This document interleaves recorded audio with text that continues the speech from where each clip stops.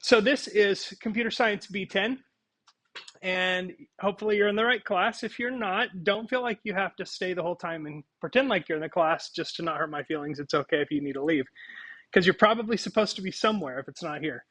So this class is Introduction to Python Programming, and it's part of a few degree or certificate programs. It's part of our Data Science Certificate, which is relatively new. It's also part of our Web Development Certificate, and it's required for a couple of other programs on campus. I think Industrial Automation is one of the ones. Anybody else taking this class for part of a program that I have not mentioned yet? How many of you are taking this class not because it's part of a program, but just for sort of personal interest? Okay, that's interesting. Okay, a lot of people do that, by the way. It is not required for computer science. Okay, so if somebody told you you have to start with this class to get a computer science degree, you have been misled. It's not actually part of our computer science degree. However, if you're taking this class and you want to go into computer science and you're brand new to coding, this is probably a good place to start, because I will start at square zero. And by the time you finish this class, you will be able to take Computer Science B11, which is the first class in the computer science degree, and do really well in it. In fact, if you do well in this class and you complete the whole thing, Computer Science B11 should be a breeze for you, which is kind of nice. So this is a low pressure way to sort of dip your toe in that computer science water and see if it's for you, see if you like coding, and sort of get your skills up to a level where those computer science courses may not be as intimidating. Okay, so I think it's a great place to start. And really, in this class, I'm going to be talking about Python programming, obviously. But really, in the bigger picture of things, I'm going to be sharing with you some of the fundamental ideas about programming, how programmers think, and also how we think about developing software, which is important. And there's some things that we do and think about, and some patterns of thinking that we use when we're developing software that will be helpful to you if you're interested in that. So this class, I teach quite a few sections of it. This is this one, right? Monday, Wednesday, 1 to 2:25 here on Panorama campus. I also teach at the BC Southwest campus Tuesday and Thursday mornings, and I teach the class online. I mentioned the other location for this class, the other time and day, because occasionally you might miss this class.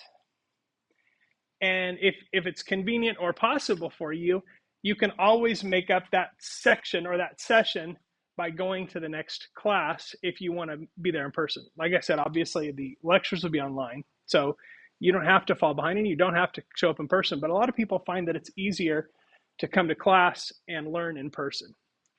And I'm just going to presume that you intentionally signed up for an in-person class rather than the online section of the class for probably a reason somewhere along those lines, where you either prefer to learn in person, or maybe this is an intimidating subject for you and you thought it'd be easier. I would say yes to all of those things. So that's probably true. So if you want to come to the BC Southwest class, and I had a student actually who was struggling a little bit a few semesters back, who would come to this class on Monday, and then he would come to hear the same lecture on Tuesday, because he felt like hearing it twice was just helpful for him. If that's you, obviously there's no pressure. Yes. I'm on the wait list. Is there any room? Have a seat. You're in. 100% chance of getting in the class.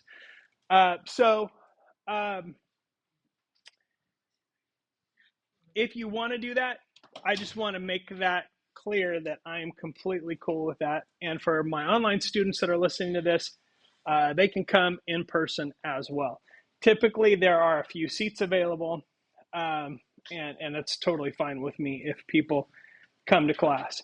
The most important thing in terms of attendance isn't really sitting here with your butt in the seat for an hour listening to me talk, because we all know that that doesn't mean that you're going to learn anything, right? If you're like me, you've probably had some experience. Now, if you're like my wife, this probably isn't true, because I joke with her that even her blood type is A+. But if you're like me, you've probably spent at least some amount of time sitting in a seat in a class. And at the end of the semester, you walk away and you go, I haven't learned anything in this class. And so we all know that sitting in the seat doesn't equal learning. What equals learning is actually doing stuff, get involved, and getting into doing what we're doing. So in the end, what's going to determine whether you're participating in a class isn't whether you show up and sit down. It's whether you're doing the work and keeping up with the class.